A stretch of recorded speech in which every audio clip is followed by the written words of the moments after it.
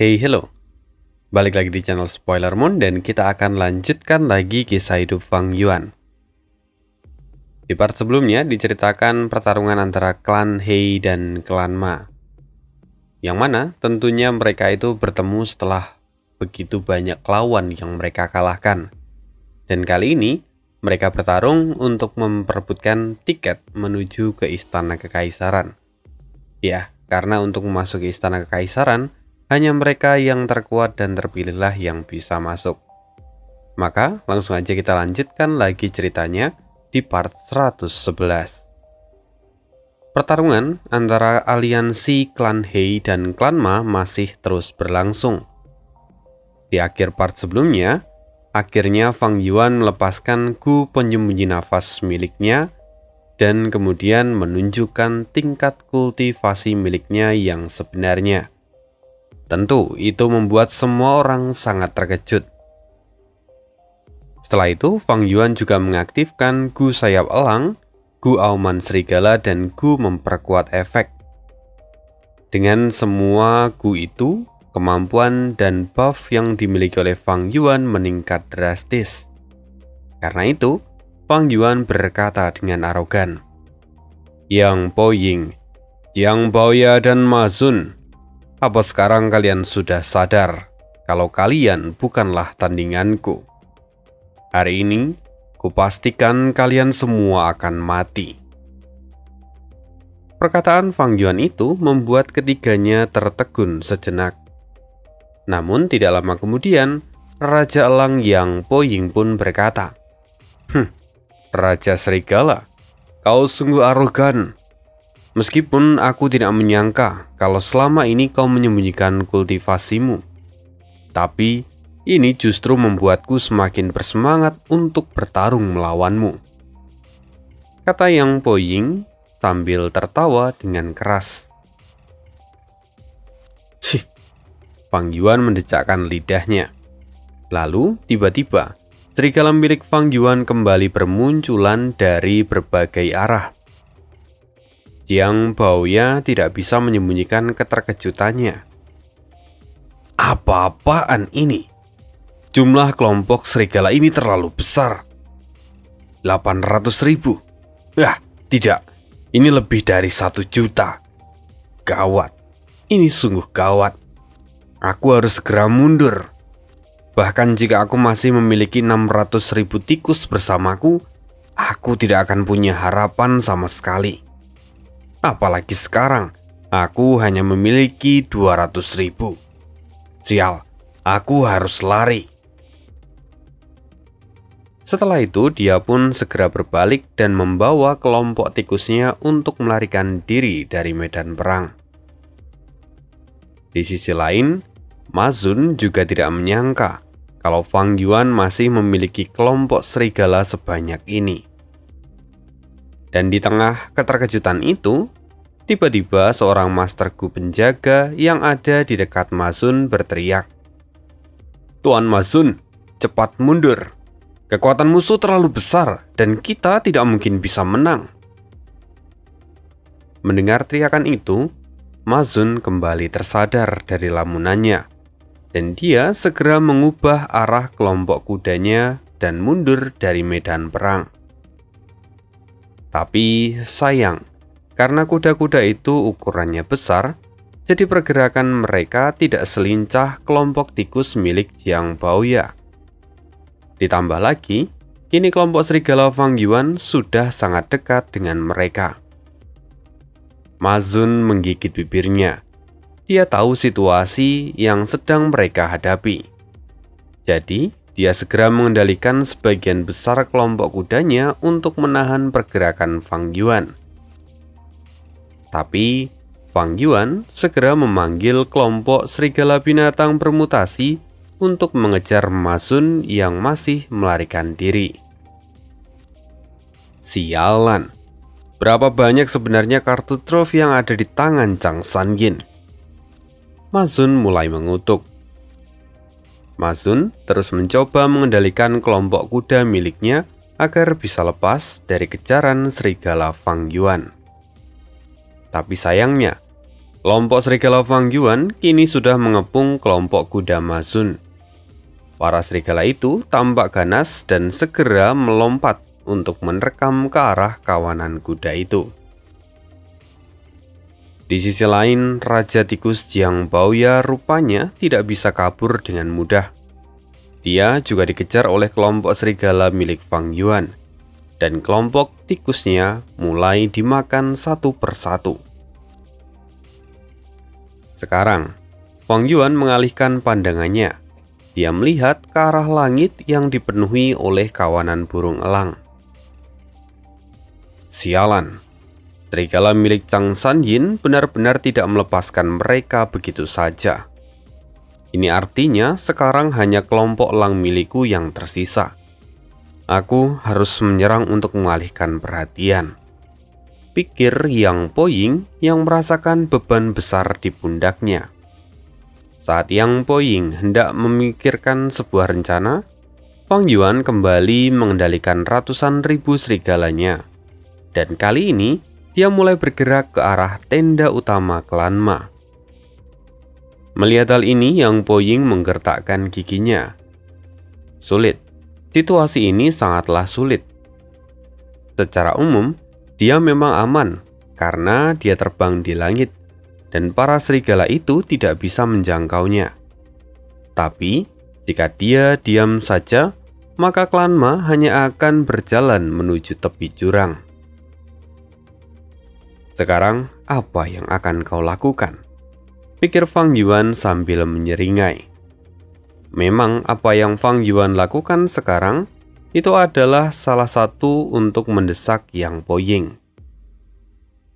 Kini keringat dingin membasahi dahi Yang Poying. Dia mengepalkan tangannya dengan erat. Bajingan, jika kau memang sebegitu inginnya mati, maka aku akan memberikan kematian yang menyakitkan untukmu. Teriak Yang Poying yang akhirnya memilih untuk menyerang Fang Yuan. Fang Yuan tahu benar akan keputusan yang akan diambil oleh Yang Poying.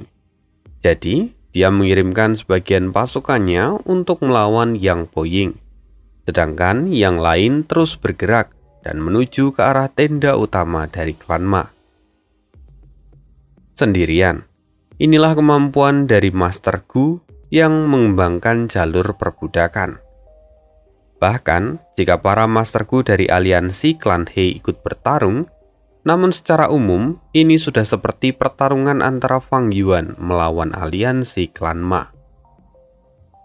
Di sisi lain, melihat kelompok serigala yang semakin mendekat, Ma Zhengfeng bergidik dan dia segera memerintahkan para Master Gu lain untuk membentuk garis pertahanan sementara. Ma Zhengfeng itu adalah pemimpin dari klan Ma. Tapi sayangnya, jumlah kelompok serigala Fang Yuan itu sangatlah besar, dan mereka bisa menerobos garis pertahanan itu dengan sangat mudah. Semuanya, teruslah berjuang. Meski situasi kita sekarang sangat dirugikan, tapi aliansi klan Ma masih belum kalah. Bertarunglah denganku, dan kita pertaruhkan semuanya di sini. Jangan lupa, kita masih memiliki kartu truf. Teriak Ma Zhengfeng untuk membangkitkan semangat pasukannya. Lalu, pada saat yang sama, bala bantuan dari klan Ma, yaitu Suewa, serta pasukan elit dari manusia salju, akhirnya tiba di medan perang. Melihat bala bantuan yang sudah datang ini membuat semangat bertarung dari pasukan klan Ma pun kembali meningkat. Sementara itu, Heilwolan tertawa terbahak-bahak ketika melihat ini. Lalu dia melambaikan tangannya. Setelah itu beberapa pasukan elit dari aliansi klan He ikut turun ke medan perang.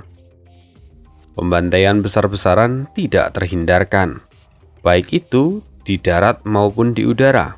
Darah mengalir seperti sungai. Pertarungan semakin tidak menguntungkan untuk klan Ma. Bahkan Yang Poying, sang penguasa langit pun tidak bisa menyudutkan kelompok serigala Fang Yuan. Lalu, Kini dia harus memutar otak. Dia segera memberi perintah. Wu Ye, pergilah dan tahan para ahli yang melindungi Chang San Yin. Kita harus segera menghabisinya. Kalau tidak, kita tidak akan bisa membalikkan keadaan. Wu Ye dijuluki sebagai kelelawar hijau. Ia adalah salah satu dari 3 ahli terbang di dataran utara.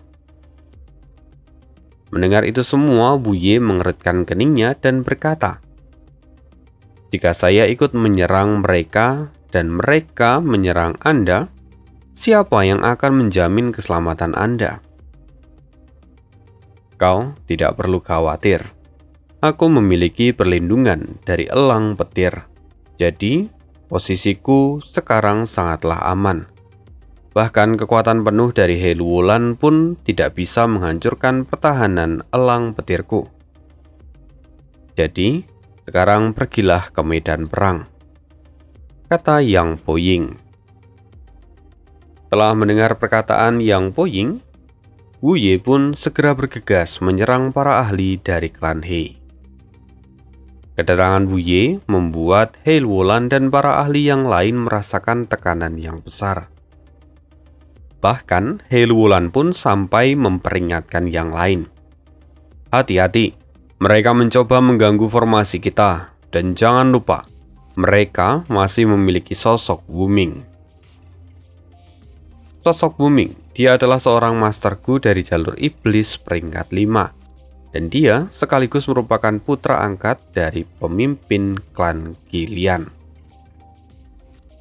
Karena reputasinya itu, Wu Ming dijuluki sebagai pembunuh nomor 1 di dataran utara.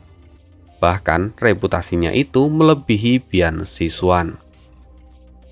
Tapi dalam perang ini, sosok Wu Ming belum pernah muncul sampai sekarang. Dia masih terus bersembunyi di suatu tempat. Hal ini tentu membuat He Luolan menjadi was-was dan berhati-hati. Di sisi lain, pemimpin aliansi Ma Sang Feng pun ikut berteriak, "Semuanya dengar, aku akan memberikan 5 juta poin prestasi pertarungan pada siapapun yang berhasil memenggal kepala Chang San Yin.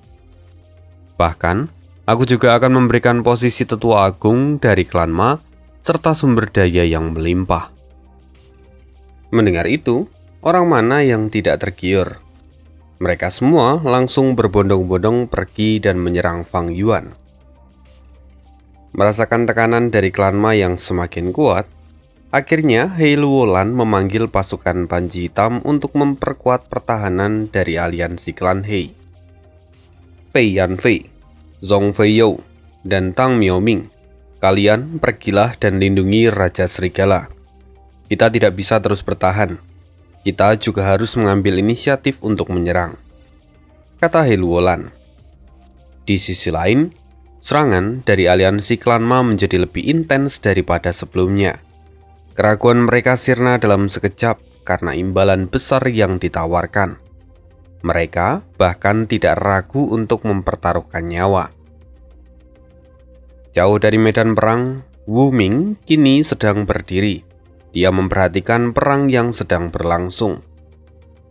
Melihat situasi yang kacau ini, bahkan meski aku tidak turun ke medan perang, Raja Serigala pasti kesulitan untuk mempertahankan hidupnya, gumam Wu Ming sambil terus menonton pertarungan. Lalu sesaat kemudian, mata Wu Ming terlihat berbinar saat melihat seorang Master Gu peringkat 4 sedang berjalan mendekati Fang Yuan. Itu Cheng Hu, pikir Wu Ming ketika melihat orang itu dengan wajah kegirangan. Lalu, tiba-tiba seseorang menyerang Cheng Hu dari belakang hingga akhirnya Cheng Hu tersungkur. "Bajingan, siapa yang berani menyerangku?" teriak Cheng Hu dengan penuh amarah. Cheng Hu perlahan bangun, dan kini dia melihat bahwa Fang Yuan tepat ada di depannya. Cheng Hu sungguh bersyukur dalam hati. Siapapun yang tadi menyerangku, ucapkan terima kasih. Aku sangat-sangat dekat dengan Raja Serigala sekarang. Cheng Hu terlihat sangat gembira saat melihat Fang Yuan. seolah dia sedang melihat harta karun 5 juta prestasi serta sumber daya yang berkelimpahan.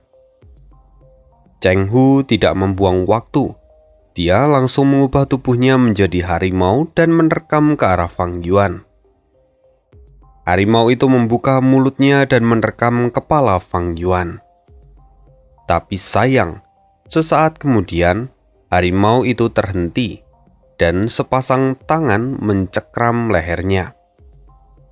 Cheng Hu sungguh tidak berdaya. Dengan sekuat tenaga dia mencoba mengayunkan cakarnya.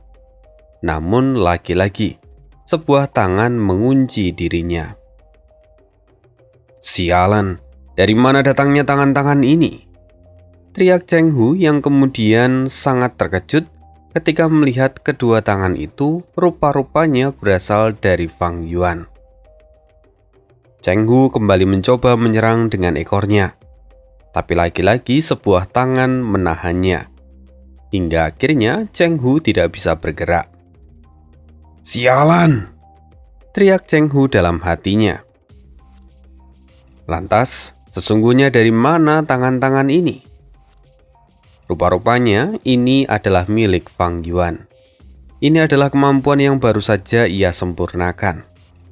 Sebelumnya, kita mendengar di beberapa part sebelumnya bahwa setelah klan Ma mengalahkan klan Liu, Fang Yuan kemudian mempelajari perubahan monster berkepala 3 dari klan Liu.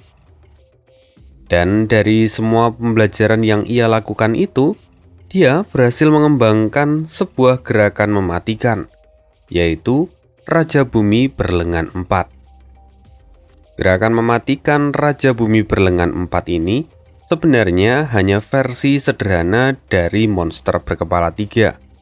Dia juga menggunakan beberapa gu sekaligus dan kemudian digunakan untuk melakukan transformasi seperti ini.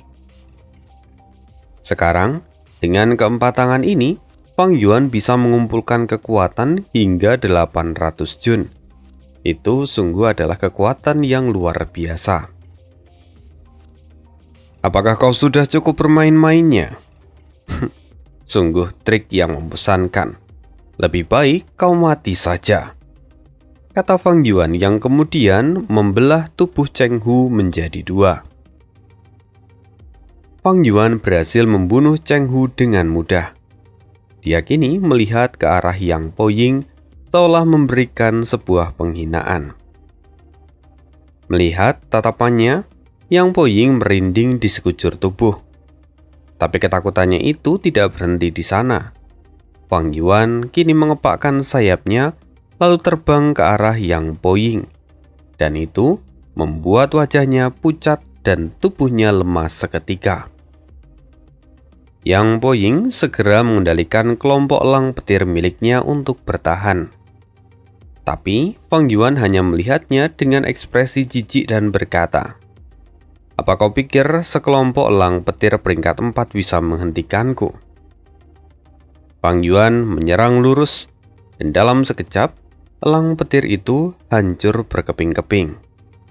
Ya, perlindungan dari kelompok elang petir yang sebelumnya sangat dibanggakan oleh Yang Po Ying, rupa-rupanya bagi Fang Yuan hanya seperti kerupuk yang rapuh dan mudah dihancurkan. Lalu, Fang Yuan dengan santai mengulurkan tangannya dan meraih kepala Raja Elang Yang Po Ying. Dan kemudian, cengkraman kuat dari Fang Yuan memecahkan kepala Raja Elang. Dan akhirnya, sang Raja Elang pun tewas dengan mengenaskan. Lagi-lagi, Fang Yuan mengejutkan semua orang. Dia dengan mudah membunuh Raja Elang Yang Po Ying, yang bahkan He Luolan sendiri pun akan kesulitan untuk membunuhnya. Tapi pembantaian belum berakhir. Fang Yuan kembali melihat ke arah kelompok Pegasus yang mencoba bertahan dari kawanan serigala bermutasi miliknya. Di sana, masih terlihat Ma Zun yang berusaha bertahan. Lalu, kini Fang Yuan sudah menentukan mangsanya. Tapi, saat Fang Yuan hendak terbang ke arah Ma Zun, tiba-tiba Wu Ye dan Si Yue terbang bersamaan dan mencoba menghentikan Fang Yuan. Cih, Berani-beraninya sekelompok sampah menghalangiku, gumam Fang Yuan sambil menengus jijik. Lalu, dia mengepakkan kedua sayapnya dan dengan mudah mengibaskan si Sue hingga terpental sangat jauh. Setelah itu, Fang Yuan mengubah targetnya dan menyerang Wu Ye. Wu Ye yang merasakan bahaya, dia segera menghindari serangan dari Fang Yuan dengan kemampuan terbang miliknya. Tapi sayang sekali, situasi itu tidak akan bertahan lama. Jika lawan Wu Ye kali ini adalah orang lain, mungkin dia masih bisa melarikan diri. Tapi Fang Yuan nih bos, senggol dong. Kemampuan terbang Fang Yuan bahkan jauh melebihi Wu Ye. Jadi, Fang Yuan pun kini terus mengejar Wu Ye. Dan benar saja sesaat kemudian, dengan satu serangan, setengah tubuh dari Wu Ye hancur berkeping-keping, hingga bagian organ dalamnya pun berceceran kemana-mana. Dan pada akhirnya, Wu Ye mati dengan mengenaskan. Wu Ye sudah mati. Fang Yuan kembali bergerak ke arah Ma Xun. Tapi di tengah-tengah perjalanan, tiba-tiba seekor naga muncul dan menghalanginya. Zhang Sanyin, kau berani membunuh adikku Cheng Hu. Sekarang terimalah pembalasan dariku. Teriak Cheng Long yang merupakan seorang Master Gu peringkat 5 jalur transformasi dan sekaligus merupakan kakak laki-laki dari Cheng Hu. Akan tetapi, Fang Yuan hanya mendengus, lalu kemudian Fang Yuan meningkatkan kecepatan terbangnya dan menabrak naga raksasa itu dengan keras. Tabrakan keduanya menghasilkan suara ledakan yang besar. Tapi sesaat kemudian, Fang Yuan terlihat berdiri dengan bangga dan sambil memegangi tanduk emas naga yang patah. Sedangkan tubuh naga itu kini terjatuh ke tanah seperti boneka yang kehilangan nyawanya. Ma Xun, kali ini aku pasti akan mengambil nyawamu, kata Fang Yuan dengan sungguh-sungguh. Ya, setelah berulang kali dihalangi oleh para Master Gu yang lain, sekali lagi Fang Yuan kembali terbang ke arah Ma Xun.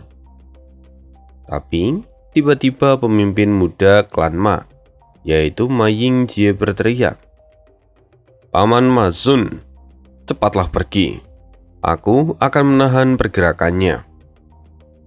Akan tetapi, salah satu pengawal dari Ma Yingjie, dia segera berkata, "Tidak, lebih baik tetua Ma Xun dan pemimpin muda Ma Yingjie segera menjauh dari tempat ini. Kami akan berusaha sekuat tenaga untuk menahan Raja Serigala Zhang Sanyin." Meskipun orang-orang di sekitar Ma Xun terus membujuknya untuk kabur, tapi dengan ekspresi masam, dia dengan tegas berkata, "Tidak. Sekarang para ahli dari klan Ma hanya tersisa sedikit. Aku bukanlah pengecut yang akan lari dari situasi seperti ini. Aku tidak takut mati. Bagaimanapun, aku adalah simbol dari klan Ma, dan setiap tindakan yang kupilih pasti akan berdampak pada moral pasukan.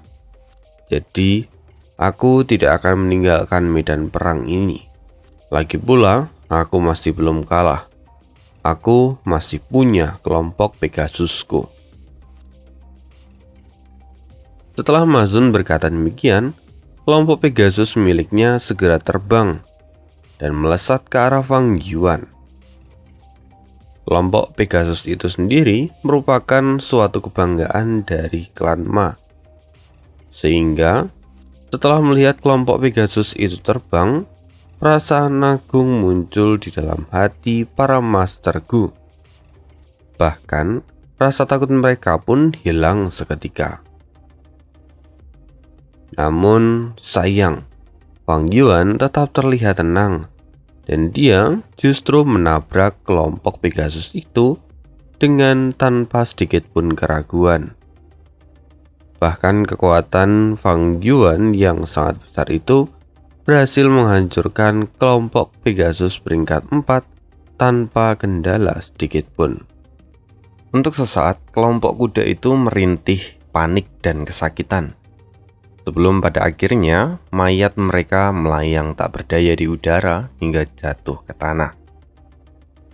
Setelah melewati kelompok Pegasus itu, akhirnya Fang Yuan telah berada di atas Ma Xun dan para Master Gu yang lain tanpa ada yang bisa menghalanginya.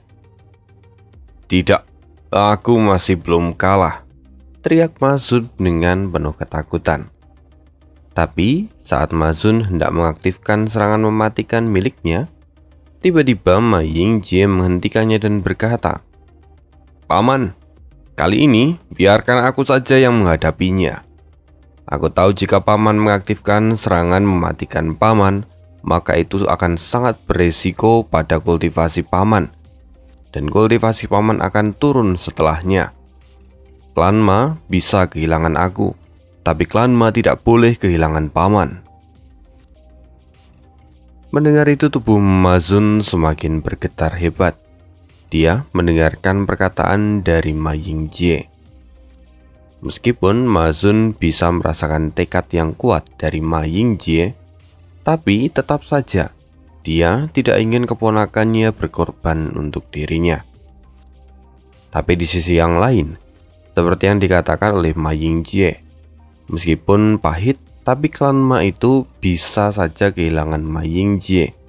Tapi klan Ma sangat membutuhkan dirinya. Hal ini karena saat ini hanya Ma Xun lah satu-satunya Master Gu jalur perbudakan yang tersisa. Jika mereka juga kehilangan kelompok kuda, maka kekalahan klan Ma sudah dapat dipastikan. Setelah itu, Ma Yingjie segera mengaktifkan Gu Roh Kuda.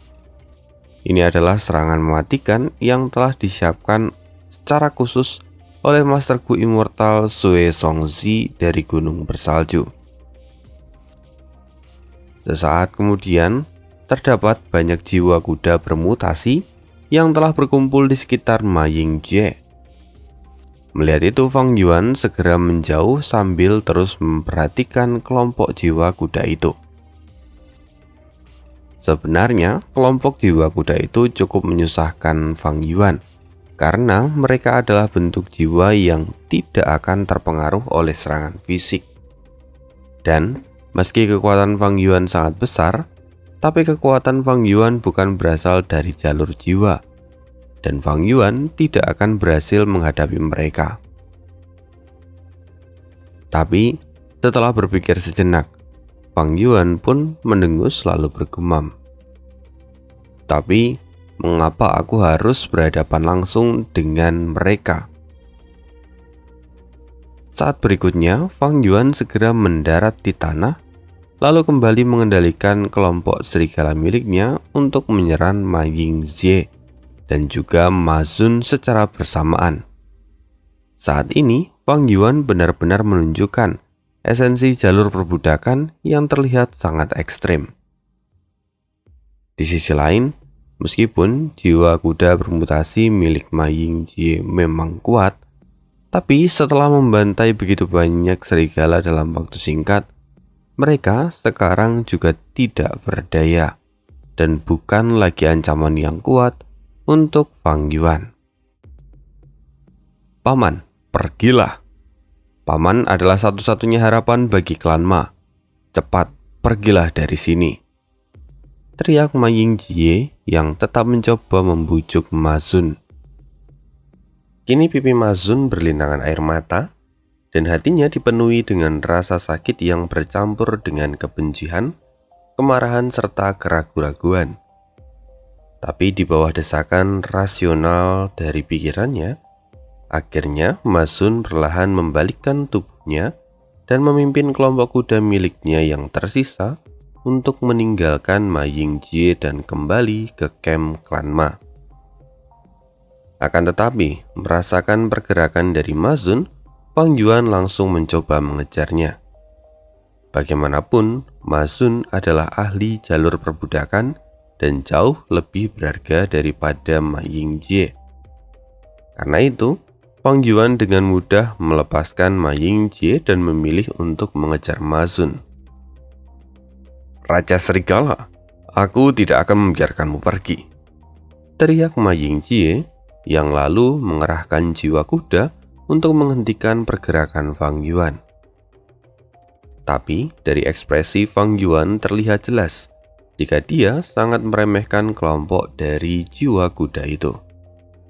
Karena bagaimanapun itu, bagi Fang Yuan mereka tidak lebih dari boneka Ma Yingjie, dan Fang Yuan bisa mengatasi mereka dengan mudah.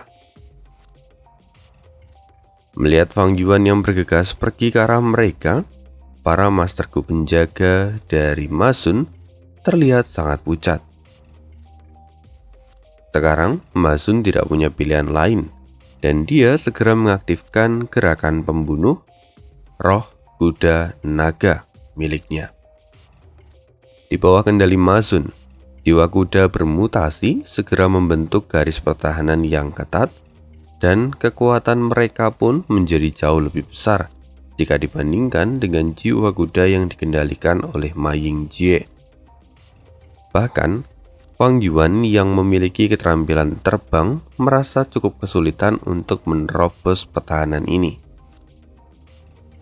Di saat Fang Yuan mencoba menerobos pertahanan jiwa kuda milik Ma Zun, tiba-tiba naga raksasa Cheng Long kembali menyerang Fang Yuan. Meski sebelumnya Cheng Long terluka parah dan dikalahkan oleh Fang Yuan, tapi rupa-rupanya dia belum mati, dan setelah dia cukup membaik, dia kembali menyerang ke arah Fang Yuan. Namun Fang Yuan hanya tersenyum dingin. Dia tidak terlihat panik sedikit pun. Fang Yuan mengepakkan sayap elang miliknya, lalu dengan mudah menghindari serangan dari naga itu. "Ini gawat. Di udara aku bukanlah tandingan dari Raja Serigala," pikir Chen Long yang menyadari kekurangannya. Tapi sayangnya, semua itu sudah terlambat. Fang Yuan kembali melesat ke arah kepala naga itu, dan dengan kedua tangan perunggunya, Fang Yuan menghantam kedua mata naga raksasa itu dengan sangat keras. Lalu sesaat kemudian, naga raksasa itu mengaum karena kesakitan. Fang Yuan terus menyerang. Dia menusuk ke dalam bola mata naga itu hingga menembus ke selaput otak. Dan kedua tangan Fang Yuan yang lain segera menghantam kepala naga itu dengan sangat keras. Setelah beberapa kali serangan dari Fang Yuan, akhirnya kepala naga itu hancur berkeping-keping, dan kali ini Cheng Long benar-benar kehilangan nyawanya. Adegan Fang Yuan mengalahkan naga itu mengejutkan banyak orang. Yang lebih parahnya, meski naga itu telah mati, tapi naga itu tidak kembali lagi berubah menjadi wujud Cheng Long yang adalah manusia.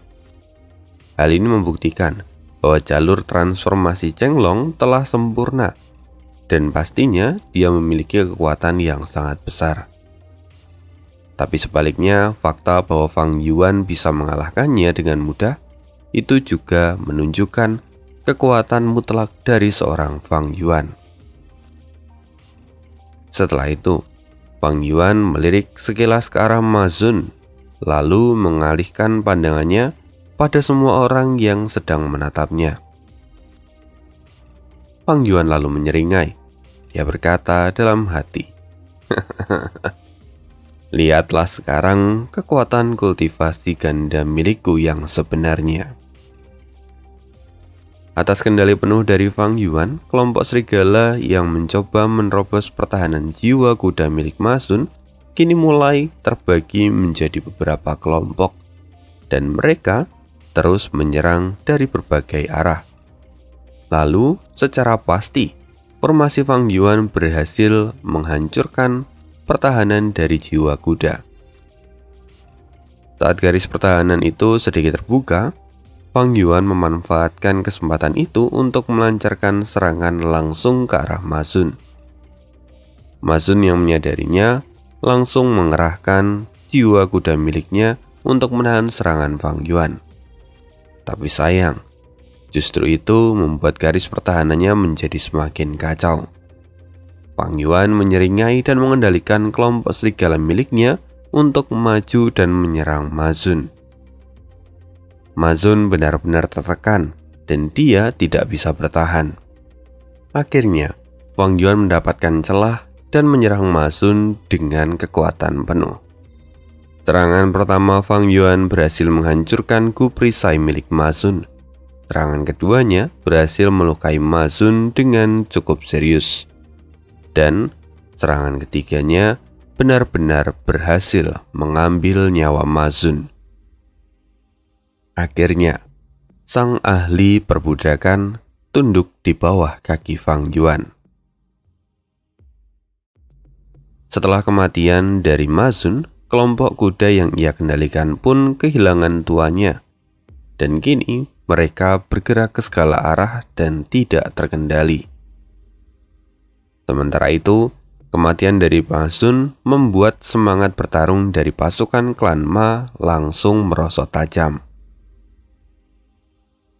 Setelah kematian dari sang Raja Kuda Ma Xun, kini satu-satunya harapan klan Ma hanya dengan mengandalkan kelompok tikus yang dikendalikan oleh Jiang Baoya. Sayangnya, Jiang Baoya itu adalah ahli yang berjalan di jalan iblis. Karena itu, saat dia merasa tidak mungkin bisa menang, dia memilih untuk melarikan diri.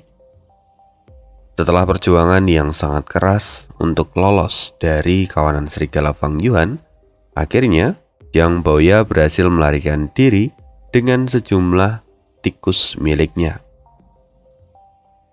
Setelah itu, para pasukan yang lain pun kini kehilangan semangatnya dan memilih untuk mundur dari perang, terutama aliansi yang tidak berasal dari klan Ma. Hal ini tentu mengakibatkan terjadinya perselisihan internal di dalam aliansi klan Ma. Lalu, melihat semua kekacauan ini, pemimpin aliansi Ma Sangfeng, dia sampai tidak bisa berkata apa-apa. Bahkan dia sampai memuntahkan darah dan kemudian pingsan. Kini pasukan aliansi klan Ma telah benar-benar hancur. Bahkan meski mereka masih memiliki pasukan elit manusia salju, klan Ma tetap tidak akan bisa membalikkan keadaan. Melihat situasi di medan perang ini, membuat pemimpin aliansi Heluolan merasa sangat lega, dan dia pun berkata dalam hati, "Syukurlah pertarungan ini telah sampai pada akhirnya. Aku hampir saja membuka segel kekuatan fisik ekstrim milikku untuk mengakhiri pertarungan ini."